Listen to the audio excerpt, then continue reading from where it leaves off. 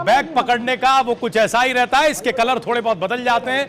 हम देखते हैं केंद्र में मैरून या रेड कलर का बैग रहता है ज्यादातर। जेटली साहब के हाथ में जो बैग था वो मैरून कलर का था। मनमोहन शर्मा जी, अगर मैं गलत होऊंगा तो आप मुझे करेक्ट करेंगे, लेकिन यहाँ कॉम्बिनेशन का बड़ा ख्याल रखा है। ये देखिए पूरा परिवार साथ है कैप्टन अभिमन्यु का, और जरूर कुछ खास मिलने जा रहा है। Sir, thank you. बेटा भी साथ है कैप्टन साहब का, जो विधानसभा में आज पिता को बजट पढ़ते हुए, पहला बजट भाषण पढ़ते हुए देखेगा।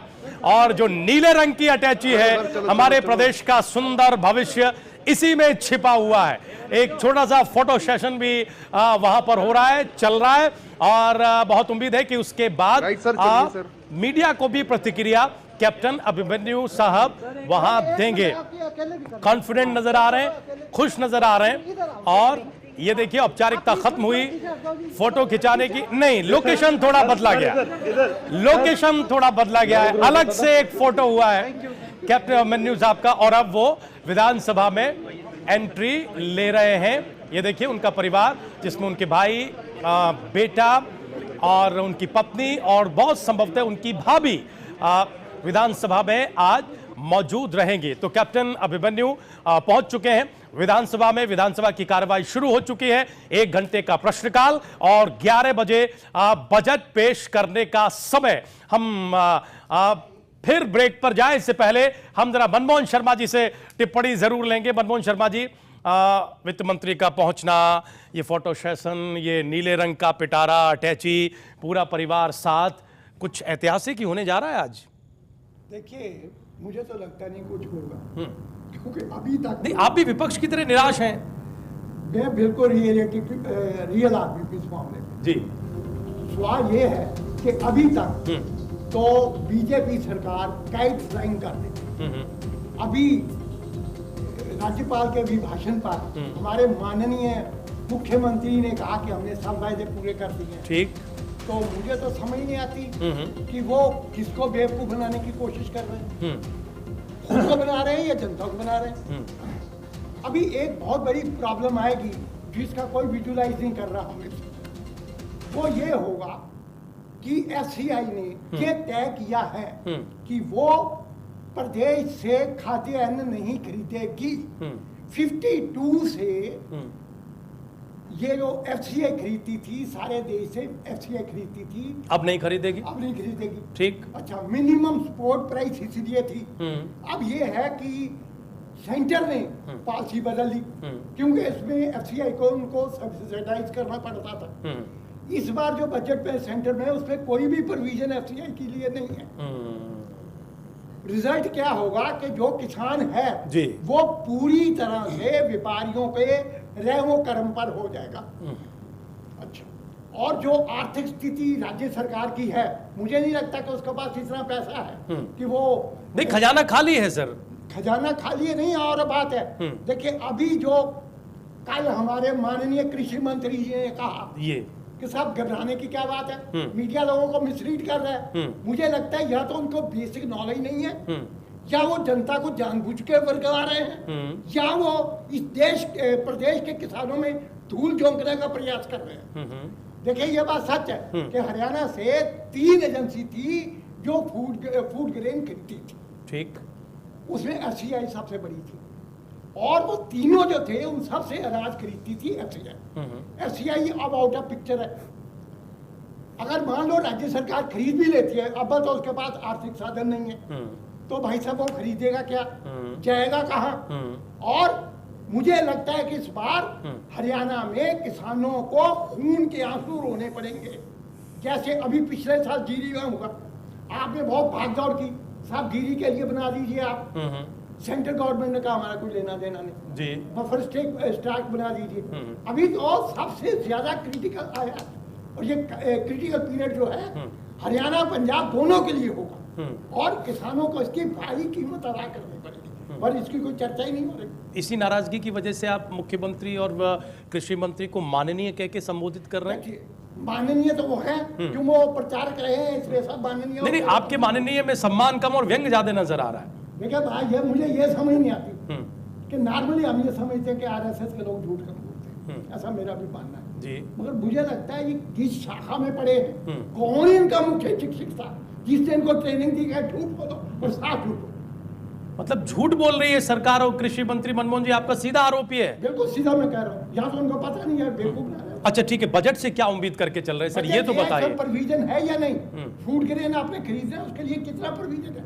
दिक्कत ये होगी, दिक्कत ये होगी। जयकांत जी, हम आपको यहाँ चर्चा में शामिल कर लेते हैं। क्या इत्तेफाक रख रहे हैं मनमोहन शर्मा जी की बात से? वाकई स्थिति इतनी भयावह दिखाई दे रही है।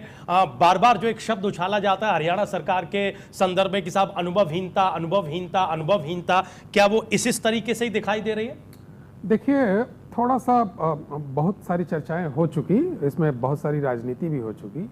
मेरा ये मत ये है कि ये उन मुद्दों पे बात नहीं करते जिन मुद्दों को लेकर के ये आए थे। ये उन मुद्दों पे आए थे कि ब्लैक मनी इस देश में आएगी, ठीक, कहीं कोई चर्चा नहीं है।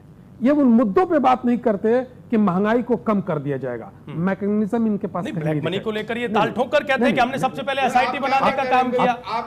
पार्लियामेंट के भीतर ये बात कही जाती है जी। आप सुन लीजिए, आप पूरा करना, सब पूरा करने, आप सुन लीजिए। आप लोग तो मतलब बोलने भी नहीं देते किसी को। यही काम कांग्रेस पूरा, आप ठीक है, मैं पूरी फैक्ट के साथ बोल रहा हूँ ना, आप पूरी बात सुनेंगे तब ना। आप सुनने से पहले ही कह देते हैं कि आप अदालत जाइए। आप कांग्रेस भी यही कह रही थी कि सब लोग अदालत चले जाइए। अदालत जाने में वो कहां पहुंच गई उसे भी देखना पड़ेगा। मैं दूसरी बात कह रहा हूं, बिल्कुल कहती थी साहब, आप जन लोकपाल बिल के बारे में सब कहती थी कि अदालतें बनी हुई हैं। अदालतें क्या काम करती हैं वो पूरा देश जानता है। मैं दूसरी बात कह रहा हूं कि ब्लैक मनी पे ये एसआईटी पे आकर के बैठ जाते हैं कि हमने एसआईटी, आप प्लीज बोल सर, जवाब लेंगे, आप बोल लेते, मनमोहन जी की बात का भी जवाब दे रहा है। हाँ। एसआईटी पे आकर के बैठ जाते हैं। हमने अभी ये 9 महीने 10 महीने के अंदर में ब्लैक लिस्टेड कौन है, ये लिस्ट सामने देश के सामने नहीं आई है। ये ब्लैक लिस्टेड कौन है, कितने पैसे जमा है, ये तो बात करते हैं। चलिए, ये थोड़ा पॉलिटिकल हो जाएगा। मैकेनिज्म क्या है आपको महंगाई कम करने का, इसका कोई कंसेप्ट इनके पास नहीं है। ये कहते हैं मैंने कम कर दिया, पेट्रोल के दाम कम हो गए तो बीजेपी ने कर दिया, बढ़ गए तो इंटरनेशनल मार्केट है। दूसरी बात, ये सत्ता में आए थे कि कांग्रेस में बहुत भ्रष्टाचार है, 50 साल से देश को नर्क में कर दिया। आज तक 9 महीने के अंदर में एक भी व्यक्ति तिहाड़ जेल में नहीं दिखा कांग्रेस का। तीसरी बात, अब मैं आते हैं कि हम हरियाणा के ऊपर आते हैं। देखिए, हरियाणा का बेसिक मुद्दे पे हम आज बात करना चाहते हैं। जहां तक अभी साहब ने बात किया, थोड़ा सा इन्होंने कठिन शब्दों का इस्तेमाल किया, वो हम नहीं कर सकते, लेकिन कुछ सच्चाई थी उसके अंदर में। सुप्रीम कोर्ट ने थपेड़ मारा था भारत सरकार को कि सड़े हुए अनाजों को देश की जनता को बांट दो फ्री में। ठीक है, लेकिन क्यों बांट दो? क्योंकि आपके पास जो अनाज है उसको रहने के लिए कोई व्यवस्था नहीं है। आप उपज की बात करते हैं, हरियाणा के किसान अगर उपजाऊ माल उपज करेंगे वो कहां रखेंगे? वो उनकी उपज की मूल्य कहां मिलेगा? आप जो कह रहे हैं कि पानी देंगे, बिजली देंगे, मैं आपको बताऊं, पूरा सोनीपत, फरीदाबाद, गुड़गांव जो केमिकल फैक्ट्री है या जो इंडस्ट्री है, रिसाइकलिंग नहीं है, उनके पानी कहां जाते हैं? आप बताइए। उसका कोई व्यवस्था है इस सरकार के पास? वो पानी जो है वो खेतों में जाते हैं, और जो खेत में जाते हैं उससे जो उपज होती है, उस उपज में उसमें व्यवधान होता है। मलिक साहब, पूरा करने दीजिए, फिर आते हैं जी। हाँ, हर्बिसाइड, फंगिसाइड और पेस्टिसाइड है। देखिए, जो किसान उपजाऊ माल देता है, अब देखिए, आप आम का पौधा लगाते हैं तो आम का फल मिलता है, लेकिन जब हम धान बोते हैं तो उसके साथ 4 पौधे क्यों उग जाते हैं? जो मल्टीनेशनल कंपनियां किसानों के साथ घुसपैठ करके इंडस्ट्री चला रही हैं, जो साल भर का है, जो आप पौधे डालते हैं वहां से लेकर और कटिंग से लेकर और बेचने तक का, इन तमाम प्रावधानों के ऊपर आपको पकड़ बनानी पड़ेगी कि जो इंडस्ट्री के साथ मल्टीनेशनल कंपनियां जो एग्रीकल्चर के साथ खिलवाड़ कर रही हैं, उनको रोकना पड़ेगा। दूसरी चीज है कि उनको जो वेयर हाउसिंग है इस देश के अंदर में, उनको रखने के लिए व्यवस्था होनी चाहिए। तो ये पूरे इंफ्रास्ट्रक्चर पे आपकी नजर रहनी चाहिए। इसके बाद जाकर के एक व्यवस्थित सरकार या एक व्यवस्थित माहौल हरियाणा के लिए या और प्रांतों में भी ये मिलने के, हमारा मोटे तौर पे बात कहने का था। ठीक है, नहीं जयकांत जी, लेकिन एक आरोप जो मनमोहन शर्मा जी ने लगाया कि सरकार झूठ बोल रही है, बरगलाने का काम कर रही है किसानों को लेकर। देखिए, वो ये कह रहे हैं कि या तो जानकारी नहीं, अनुभवहीनता है, या फिर आप झूठ बोल रहे हैं। देखिए, मैं तो आपको पहले भी बात बोला ना कि जब आप काला धन पे आप ये कह रहे हैं वो तो मैं- केंद्र की नहीं, बात मैं हो गई। केंद्र पे ही बात कर रहे हैं ना सर। केंद्र देखिए, मोदी जी गए थे वहां वोट मांगने के लिए। मोदी जी गए थे बंगाल में, उनका जादू नहीं चला, 35 सीटें ले आके आई ममता बनर्जी। मोदी जी गए थे उड़ीसा में इनका कोई सत्ता नहीं चला। जयललिता के पास इनका कोई वो नहीं चल पाया। तो ये भी देश का सामने के इतिहास, जम्मू एंड कश्मीर में नहीं चला, दिल्ली में आप 3 पे आ गए। मैं ये बात इसलिए नहीं कह रहा हूं कि आप अच्छा दे रहे हैं या बुरा दे रहे हैं। मेरा ये कहना है, मेरा ये कहना है कि आप इन तमाम बिंदुओं पे ऐसा क्या हुआ, कहां गया संघ, कहां गया संघ आपका? भारत सरकार, आप दिल्ली में बैठे हुए हैं, यही पहाड़गंज में बैठे हैं, कहां संघ और कहां बीजेपी? आप 3 पे आ गए। आप पूरे देश को आप हिंदी के ऊपर बात कर रहे हैं कि पूरे देश में हिंदी में वोट लेकर के आ गए। ठीक है सर, करना चाहते हैं तो ठीक है, जवाब दीजिए सर। किसानों के मुद्दे पर मनमोहन जी की बात का भी जवाब दीजिए। मैं जवाब दूंगा, लेकिन मैं पूरा जवाब दूंगा। सबसे पहले ये नेशनल टीवी पे बैठ के एक गलत धारणा बना रहे हैं और दिखा रहे हैं। उसके वजह यह है कि अगर इनको संज्ञान ना हो तो जो एसआईटी बनने के बाद अरुण जेटली जी ने एक पटल पे रखा था इसी बजट के अंदर कि ब्लैक मनी के लिए जेल भी दी थी और बाकी प्रावधान भी करे हैं, वो पहली बार ही हुआ है, शायद इनको ज्ञान नहीं है उसका। नंबर 1। नंबर 2, जितने के जितने ये बोल रहे हैं कि जी जनता को पता नहीं लगा है, अगर कोई चीज सब जुडिश होती है तो सरकार की ड्यूटी होती है कि उसको जो कोर्ट ने बनाई हुई एसआईटी है उनको भी दे, कोर्ट को भी दे दे, और वो कोर्ट की डिस्क्रिशन होती है किसको आगे बाहर निकालेगी नहीं निकालेगी। क्या इनको इस चीज का ज्ञान नहीं है? तीसरी चीज, ये आते हैं दिल्ली के ऊपर, ये आते हैं बाकी जगह के ऊपर, मध्य प्रदेश वहां पे बंगाल के ऊपर और उधर। ठीक है, आप जो बोल रहे हैं बहुत अच्छी बात है, हमारा वहां पे खाता भी नहीं खुला था। ऐसे ही हम यहाँ पे हरियाणा में थे, हमारे 2-4 सीटें थी, हम यहाँ आए हैं। अगर आपको इसी तरीके की पॉलिटिकल करना है तो आप पॉलिटिकल पार्टीज में या अपने पॉलिटिकल आइडेंटिटी डिस्क्लोज करिए, आप एक सामाजिक व्यक्ति बन के मत आइए। सामाजिक व्यक्ति का भी अपना नजरिया हो सकता है मलिक साहब। सर वो ये कह रहे हैं कि कांग्रेस पार्टी जो करती रही आप भी वही कर रहे हैं। वो नहीं कर रहे हैं, हमने ब्लैक मनी वो ये कह रहे हैं कि आपने 9 महीने में भ्रष्टाचार को इतना बड़ा मुद्दा बनाया, आप किसी को जेल में नहीं डाल पाए। वो ये बताइए, नहीं क्या अंधा कानून बना के आप उठा के किसी को भी जेल में गुंडागर्दी करेंगे? आपने कहा इसका मतलब आप सिर्फ माहौल खड़ा करने की कोशिश कर रहे थे। अगर वाकई देश में भ्रष्टाचार को लेकर हालात इतने गंभीर थे तो फिर आपको किसी न किसी को जेल में डालना चाहिए। तो वो ये बात उठा रहे हैं। आप मेरी बात सुनिए। 15 लाख रुपया देने के लिए कहे थे आप, बाद में कहे जुमला है। आपने कहा था 15 लाख रुपए आएंगे, बाद में आप पलट करके जुमला कह दिए। सवाल उस पर मत स्टेटमेंट को पढ़िए, देखिए और समझिए। बस आ रहे आप लोगों ने बहुत उठाया था कि 10 लाख रुपए का कोट पहन लिया। जिस एजेंसी ने 10 लाख बोला था न्यूज़पेपर ने, उसने माफी मांगी। आज तक जयराम रमेश उसी को लेकर रो रहे हैं। तो आप उन चीजों को छोड़ दीजिए। मेरा कहना इतना है, अगर आप कानून के हिसाब से बोलते हैं और आपने अंदर नहीं करा उस बात की करते हैं, तो उसका सिंपल सा आपको एक एग्जाम्पल देता था कि section 69 of the information technology act आपको ये प्रावधान देता है, जो कि कांग्रेस ने बनाया था, कि आप किसी को भी उठाइए उस विषय के ऊपर और आप अंदर कर दीजिए, उसकी कोई सुनवाई भी नहीं है। तो क्या सरकार से आप ये चाहते हैं कि सरकार जो है इस तरीके से चले? नहीं मलिक साहब, हम ये नहीं चाहते। हम ये नहीं चाहते। हम तो सिर्फ ये जानना चाहते हैं कि चुनाव से पहले इस देश में भ्रष्टाचार इतना बड़ा मुद्दा था, लेकिन चुनाव के बाद उसी देश में भ्रष्टाचार को लेकर किसी भी एक व्यक्ति पर कोई मामला दर्ज क्यों नहीं हुआ, उसे जेल क्यों नहीं हुई? हम सिर्फ ये जानना चाहते हैं। हम ये नहीं जानना चाहते कि सरकार डेलिबरेटली ऐसा करे। बस होता है रिलीफ और दूसरा होता है प्रोसिक्यूशन। रिलीफ भी पहुंच रहा है, प्रोसिक्यूशन की प्रोसेस चल चुकी है। ठीक है, हम गुप्ता जी के पास आए, इससे पहले मनमोहन जी की एक छोटी सी टिप्पणी। सरकार ठीक एक कमजोर केस बना के अगर डालती है तो वो ब्लैक मनी को या अपराध को हेल्प कर रही है। आपको अंदाजा है कि जब मार्च से लेकर मई में चुनाव हो रहे थे और जब रैलियां हो रही थी तो किस तरह का टेम्पो इस देश में था भ्रष्टाचार को लेकर, और अब ऐसा लग रहा है कि भ्रष्टाचार देश से खत्म हो गया, सिर्फ सरकार के बंदे ही। हम तो भ्रष्टाचार पर कार्रवाई होते देखना चाहते हैं। जयकांत जी भी शायद कार्रवाई होते देखना चाहते हैं। हम बस मनमोहन जी से पहले मैं एक छोटी सी मेरी बात बता पूरा कर। मनमोहन जी और उसको अप्रिशिएट करेंगे। कोई भी सरकार जब किसी चीज के ऊपर केस फाइल करती है या किसी को ब्लैक मनी जैसे आरोप के अंदर फिक्स करेगी, अंदर जा जाएगी, तो उसका केस कमजोर अगर होता है तो वो भारत सरकार और कॉन्स्टिट्यूशन ऑफ इंडिया के ऊपर एक मजाक हो जाता है। कोई भी यानी 9 महीने में कोई मजबूत केस नहीं मिला। आप मिला ना जी, मिला। ठीक है, 9 महीने में कोई तथ्य नहीं मिले। अब मिल रहे हैं, देख रहे हैं, उसका पूरा केस बन रहा है। ठीक है, इंडस्ट्री से भी बस इंडस्ट्री से आ रहे। मनमोहन जी की टिप्पणी ले लें। हाँ मनमोहन जी। नहीं, जो मलिक साहब जो बात कह रहे हैं, देखिए मलिक साहब का कहना जो है उनका अपना नजरिया है। आम आदमी से संतुष्ट नहीं है।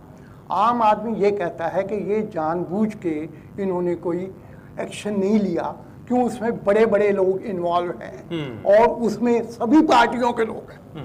मैं बहुत साफ कह रहा हूँ, कारपोरेट जगत जो इस वक्त बीजेपी की सरकार को चला रहा है, उसमें उनके जितने लीडर हैं वो उसमें लीडिंग जितने इंडस्ट्रियलिस्ट हैं वो इन्वॉल्व हैं। इसलिए एनडीए की सरकार में हिम्मत नहीं है कि उनके ऊपर हाथ डालें। मतलब फुल मेजोरिटी की सरकार में भी हिम्मत नहीं है। बहस थोड़ा दूसरी तरफ चली जाएगी। जयकांत जी, हम सिर्फ अब नरेंद्र गुप्ता जी को जोड़ लेना चाहते हैं, बहुत देर से कह रहे हैं। नरेंद्र गुप्ता जी, खजाना तो खाली है, ऐसे में इंडस्ट्री कैसे बेहतरी की उम्मीद करे? राजीव जी, मैं थोड़ा सा ये बहस जीत गई है। मैं भी एक सामाजिक व्यक्ति होने के नाते अपने कमेंट्स जरूर देना चाहूंगा। बिल्कुल बिल्कुल सर, बिल्कुल। मुझे बड़ा अफसोस हो रहा है कि यहाँ कुछ लोग एक तरफ इस बहस को लेके जा रहे हैं और गलत तरीके से उसको बात को पेश कर रहे हैं। आप दूसरी तरफ ले जाइए सर, आप दूसरी तरफ ले एक बात जाइए। ये कहना चाहता हूं कि जो भ्रष्टाचार की बात हो रही थी, पहले एक क्लर्क से हम जब बात करते थे तो वो कहता था कि सेंट्रल लेवल पे जो हजारों करोड़ का भ्रष्टाचार हो रहा है उसकी बात करिए, हमारे 100 रुपए की बात क्यों करते हैं? 9 महीने मोदी सरकार को बने हुए हैं, एक भी कोई 100 रुपए का भ्रष्टाचार की बात कोई साबित कर दे तो मैं अपने मोदी जी के लिए मैं आपको उसका जवाबदाही मैं देने की तैयार हूं। समाज में ऐसी चर्चा है, काउंटर लीजिए, सारा की काउंटर सारा लीजिए, जवाब आ रहा है आपकी बात का, आपकी बात का जवाब आ रहा है। नहीं मनमोहन जी जवाब दे रहे हैं आपकी बात का। नहीं गुप्ता जी अभी तुरंत जवाब ले लीजिए, आप चैलेंज कर रहे हैं, जवाब देने को तैयार है। मैं आपके बीच में नहीं बोला था। ऐसा माहौल बना है पूरी इंडस्ट्रीज में, समाज में कि भ्रष्टाचार पे रोक लगी है। 1,86,000 करोड़ रुपए का जो घोटाला कैग ने बताया था, जिसमें बीजेपी ने हमने उसको कहा था कि ये बहुत बड़ा घोटाला, इसकी जांच होनी चाहिए। उसी एक कोल माइन से 2 लाख करोड़ रुपए कमाए सरकार ने लाके दिए हैं और ये प्रूव करता है कि उस सरकार कितनी भ्रष्टाचार में लिप्त थी। पहले ऊपर से आप भ्रष्टाचार खत्म करेंगे तब नीचे तक वो फेयरनेस आएगी निश्चित रूप से। पर ऐसी नेगेटिव बातें अगर करेंगे तो देश में सही नहीं, अब गुप्ता जी जवाब ले ले, अब जवाब ले लीजिए। अब शिक्षा की तरफ भी आ रहे हैं। मैं दोनों बात कर रहा हूँ, मुझे जवाब जी मैं चुप बैठा रहा था। गुप्ता जी जवाब तो ले लें अपनी बात का, फिर आप पूरा करें। मुझे 1 मिनट और बोलने दीजिए। सिर्फ मनमोहन जी आप बहुत अच्छे बुजुर्ग आदमी हैं, बड़े मुझे दुख के साथ कहना पड़ रहा है। बुजुर्ग और सजग आदमी है वो मनमोहन शर्मा जी कह रहे हैं, पर बिल्कुल नेगेटिव बात बिल्कुल ना करें। जो उसमें होश नहीं खोना चाहिए, पूरा करने था। जो उसमें कभी भी होश नहीं खोना चाहिए। मेरा कहना यह है कि आज की डेट में नीचे तबके से लेके और व्यापारी वर्ग हो, चाहे इंडस्ट्रीज हो, चाहे किसान हो, एक सेंटीमेंट्स, पॉजिटिव सेंटीमेंट्स मन में है। सबके दिल में एक आश जगी है। हमारे प्रदेश में किसानों को लेकर पॉजिटिव सेंटीमेंट है क्या गुप्ता जी? पॉजिटिव सेंटीमेंट है क्या किसानों में? किसानों के बारे में मैं निश्चित रूप से, हमने सरकार में भी डिस्कस किया था। खाद की एक दिक्कत थी, कांग्रेस जाते हुए जो एक पर्टिकुलर एक मिनिमम क्वांटिटी खाद की उनको अरेंज करनी चाहिए थी, वो उसके स्टॉक को नहीं बिल्डअप करके गए। उनको पहले से पता था कि हम सरकार में नहीं आ रहे और वो उसको अरेंज करने के लिए हमें समय लगा और इस समय सारा स्ट्रीमलाइन हो जाएगा। आप देखिए क्या होता था पहले, भ्रष्टाचार की जड़ क्या थी कि सब्सिडी जाना होती थी। देख गैस सब्सिडी नहीं कर पाई ऑनलाइन, बीजेपी सरकार आने के बाद में हरियाणा में, पूरे देश में सारी सब्सिडी आपके बैंक अकाउंट्स में जा रही है। कितनी भ्रष्टाचार मुक्त काम हो रहा है। अब आगे खाद के लिए पॉलिसी कांग्रेस की थी। अब जवाब ले लीजिए, अब जवाब ले लीजिए। हम बिल्कुल स्टेट फोकस चर्चा करना चाहते हैं। आज प्रदेश का बजट आ रहा है।